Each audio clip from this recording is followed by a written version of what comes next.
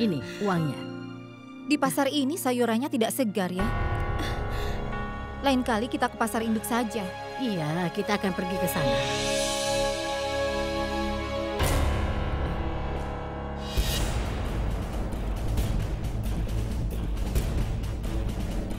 Bukankah itu Rajna? Iya, itu Rajna. Kelihatannya dia sedang pusing. Iya. Hati-hati, Rajna. Rajna. Hati-hati, kok kenapa? Sepertinya kepalaku tiba-tiba pusing.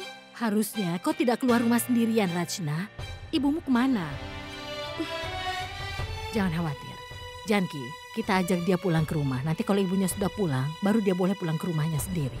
Iya. Awas, nak. Hati-hati Iya, ya. ayo. Sudah pelan-pelan saja. Apa itu hipnotis? Hipnotis itu adalah... apa ini? Oh, seni. Ini adalah sebuah seni, baiklah. Ini adalah seni dengan bantuan yang mana orang bisa mengontrol pikiran seseorang. Orang bisa menghipnotis seseorang dan bisa membuatnya melakukan apapun yang dia inginkan. Ini istimewa bahwa orang itu tidak bisa mengetahui kalau dia sedang dihipnotis.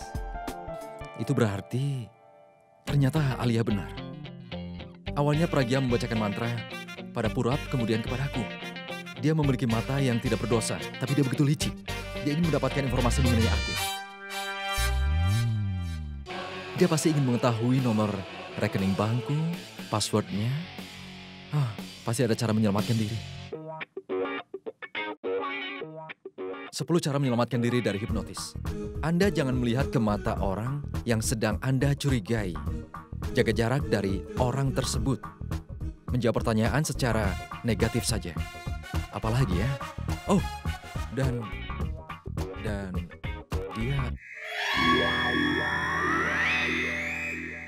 Kenapa kau kesini? Aku bawakan kopi untukmu. Aku tidak mau. Bukan aku yang membuatnya, tapi nenek. Aku bilang aku ingin kopi dan nenek membuatkannya. Aku tidak mau. Baiklah. Aku mau, berikan padaku. Sini. Silakan. Sebaiknya taruh di meja.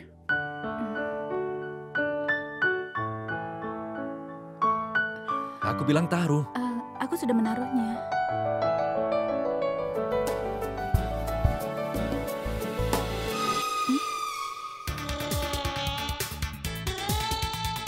Apa kau baik-baik saja? Iya, kenapa? Lalu kenapa kau malah mengambil tempat pulpen?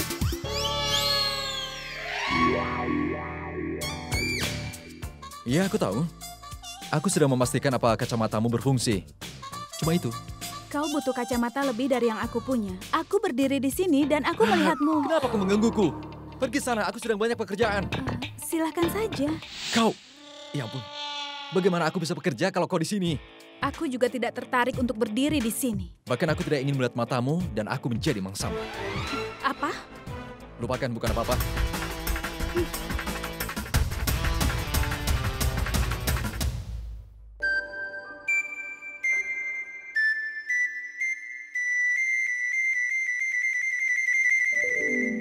Kenapa pergi sendirian dalam keadaan seperti ini, nak? Kondisimu itu sangat lemah. Harusnya kau lebih berhati-hati. Sudah, sekarang minum jusnya. Kenapa, nak? Ayo minum jusnya.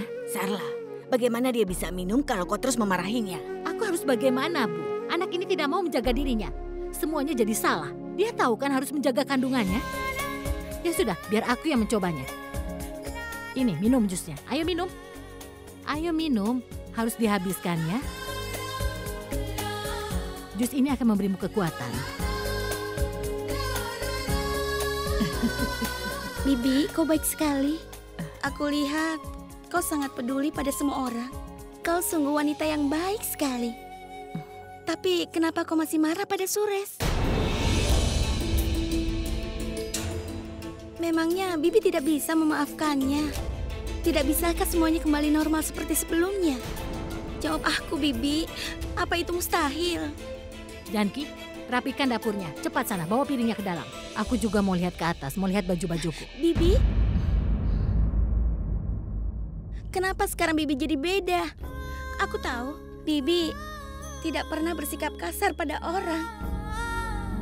Jika Bibi mau, semuanya pasti akan baik-baik saja. Semuanya akan kembali normal seperti sebelumnya. Rachna, aku baru saja mengetahui.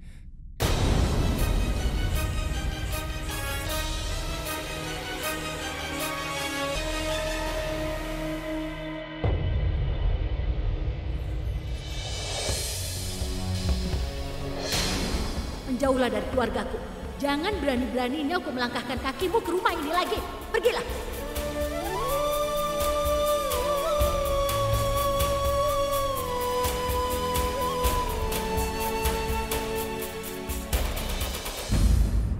Kakak, aku bertemu dengan Bibi di luar. Bibi melihatku tidak enak badan dan membawaku ke sini. Tapi sekarang aku sudah baikan.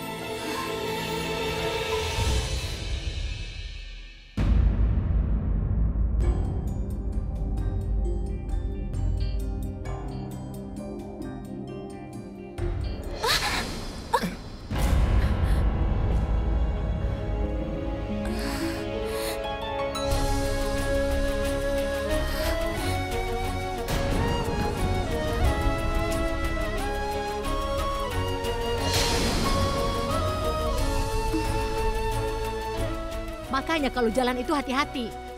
Sering sekali terpleset. Kau tidak pernah berhati-hati. Masuk sana ke kamarku.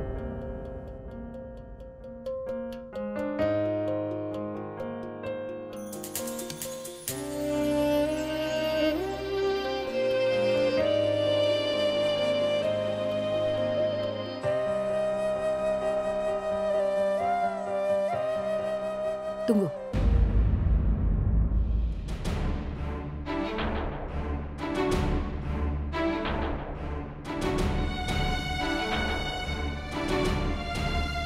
Bawa ini payungnya.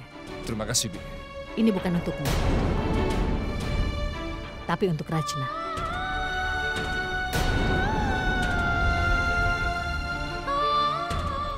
Seorang ibu mencintai putrinya melebihi nyawanya sendiri. Mereka bisa menghadapi apapun masalah yang terjadi, tapi mereka tidak membiarkan sedikit pun putrinya celaka. Karena itu berhati-hatilah.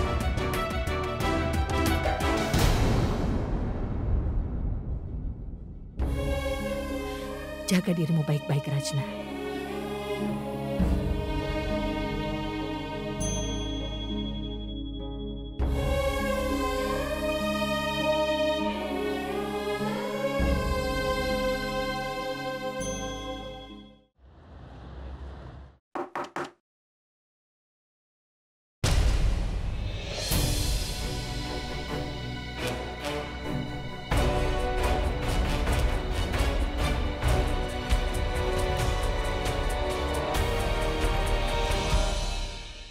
Ada apa ini? Kenapa aku bereaksi seolah-olah aku datang ke sini untuk pertama kalinya? Kau datang ke sini secara tiba-tiba. Jadi aku pikir... Kau tidak memberiku pilihan, Purap. Jadi aku mendatangimu seperti biasa yang aku lakukan. Tapi ngomong-ngomong, kenapa kau tidak mengunjungiku? Apa selama ini kau begitu sibuk? Apa begitu? Kau menghilang setelah mengucapkan selamat di pernikahanku. Itu karena kau tidak mau melihatku bahagia. Atau kau tidak mau menjadi temanku lagi? Kau marah padaku kan? Kenapa kau marah padaku? Apa kau marah padaku karena aku tidak mengundangmu di pernikahanku? Atau karena aku mengangkat tanganmu untuk melawanku begitu? Kalau kau marah padaku, pukul aku. Pukul aku. Lampiaskan kemarahanmu. Jangan diam seperti ini. Pukul aku, Purap. Aku lebih tua darimu, tapi kau memiliki ego yang lebih besar dariku. Sampai-sampai kau bisa meredam egomu itu sendirian. Kalau kau begini terus, kita tidak bisa bersatu, Purap. Ayo pukul aku sekarang. Pukul. Hah, ayo Purap. Kenapa kau tidak mau pukul aku? Ayo pukul aku sekarang juga, Purap. Meskipun aku tahu, itu tidak akan bisa membuat perubahan buatmu, Purap. Tapi itu bisa membuat perubahan untukku.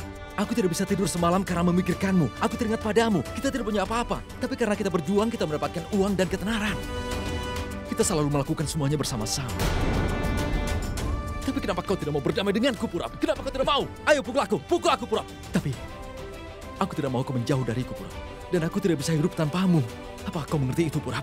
Kalau kau tidak mau memukulku, tidak apa-apa. Ayo, kita adu panco. Adu pancur denganku dan kalahkan aku. Tapi aku mohon padamu kali ini tolong putuskanlah. Dan beritahu aku kalau aku salah, maka aku tidak akan pernah mengganggumu lagi, Purap. Apalagi yang kulihat, katakan sesuatu.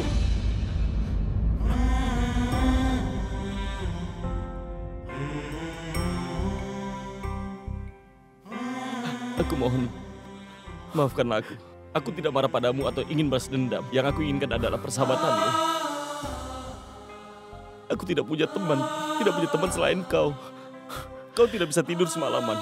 Dan begitu juga dengan aku tidak bisa tidur dengan nyenyak. Jadi aku pikir untuk menemuimu dan bicara denganmu, tapi aku tidak punya keberanian. Aku memikirkan apa yang akan kukatakan padamu saat aku bertemu denganmu. Dan aku sangat bingung sekali. Kau hanya membutuhkan keberanian dan kesempatan untuk bicara denganku, Purap.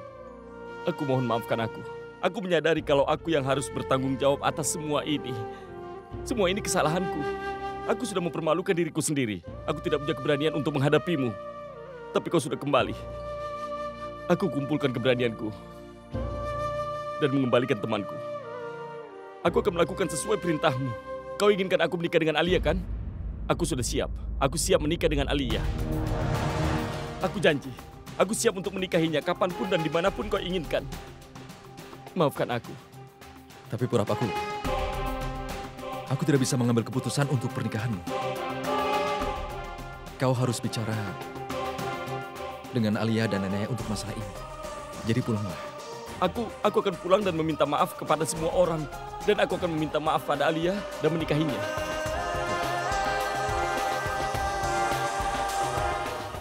Aku rasa dia sudah keluar dari pengaruh hipnotis Pragya. Itu sebabnya Purap menyadari kesalahannya.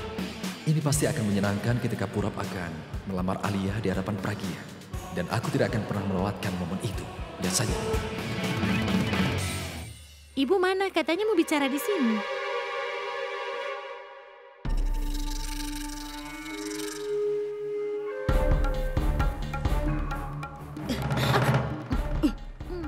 Ibu. Batasannya di sini. Aku memanggil kalian ke sini untuk menyelesaikan masalahku. Kalian sibuk sekali. Ibu, ada apa? Apa masalahnya? Kau tahu masalahnya, Akas? Jika kau ada di rumah, saat kau ada di rumah, kau akan sibuk dengan ponselmu. Ibu, memangnya apa yang dia lakukan? Ibu tahu apa masalahnya? Lalu kenapa kau tidak melakukan sesuatu? Aku harus bagaimana, Bu? Yang lebih tua saja mendukung apapun yang dilakukan Pragya. Pragya banyak pendukungnya. Selain itu, nenek juga tidak mau kan mendengarkan ucapanku atau ibu. Jadi buat apa? Ini sibuk makan saja. Dan kau, ayo katakan sesuatu. Tolong berikan aku ide. Aku punya ide. Mereka bilang jika musuhmu lebih kuat daripadamu, jadi kau harus bergandengan tangan dengannya. Pragya tidak mau bergabung denganmu. Lakukan satu hal, yaitu menyerahlah. Ya, menyerahlah. Ayah benar sekali. Yang diucapkan itu benar. Iya kan, Bu? Orang-orang ini tidak berguna. Aku harus melakukan sesuatu sebelum wanita tua itu memberikan kunci loker bank pada Pragya.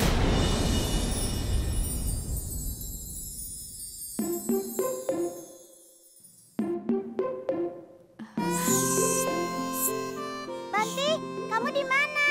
Ayo keluar. Bibi lihat Banti tidak?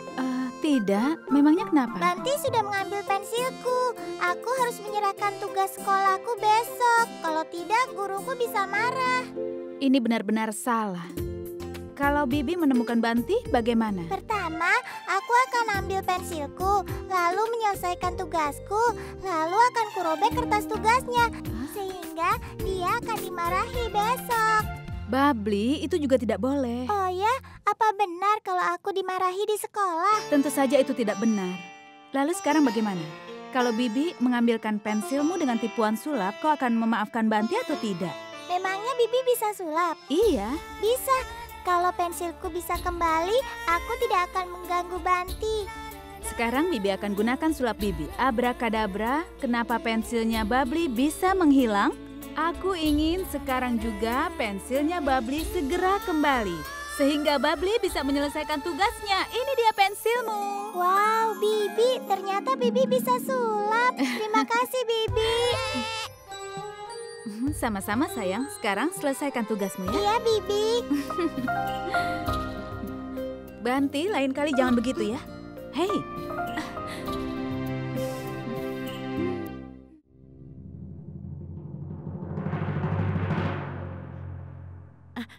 Alia, kemarin aku pergi ke toko perhiasan. Di sana ada perhiasan yang bagus sekali, tapi aku memang ingin membelinya. Aku pikir-pikir lagi, aku kan harus membeli hadiah di pernikahanmu nanti. Karena itu kubatalkan. Apa yang kulakukan? Sehingga nenek mengetahui kebenaran tentang Pragya. Alia, ngomong-ngomong, kapan kau akan menikah? Pernikahanmu sudah ditetapkan dengan Purap. Sebenarnya kau ini jadi menikah atau tidak? Aku jadi menikah atau tidak, itu bukan urusanmu. Aku sudah bilang kan, jangan mencampuri urusan orang lain. Kau itu terlalu berlebihan, Alia. Aku kan hanya menanyakan masalah itu saja. Lalu kenapa kau marah? Purap.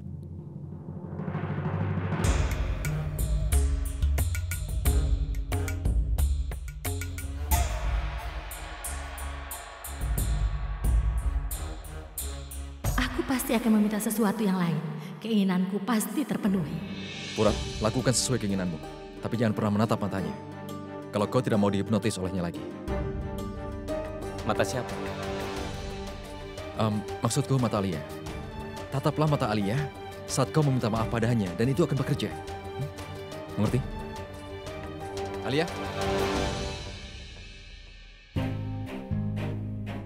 Alia, Purap ingin mengatakan sesuatu padamu. Sebenarnya dari awal aku akan memanggil seseorang untuk menyaksikan momen ini. Tapi karena orang itu tidak ada, momen ini tidak ada artinya. Aku segera kembali.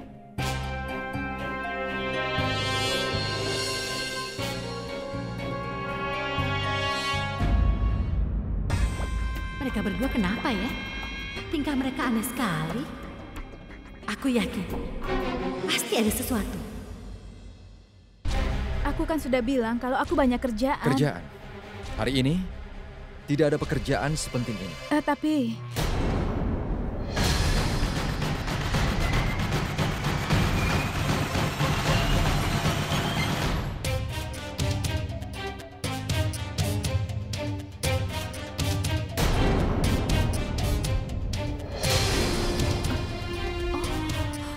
Purap, teruskan.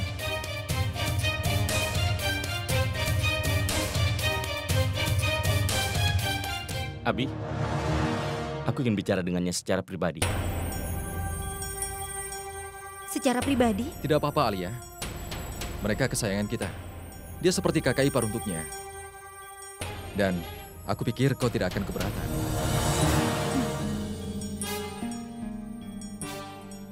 Ada masalah apa denganmu? Apa kau keberatan? Kalau tidak ada yang keberatan, maka Purap teruskan.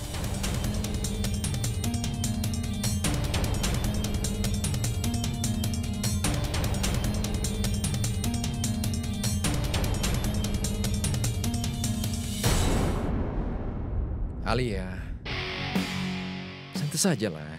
Abi, mereka... Purap menyadari kalau Pragya yang bertanggung jawab untuk semua ini. Dia harus melampiaskan sakit hatinya. Jadi tenang sajalah.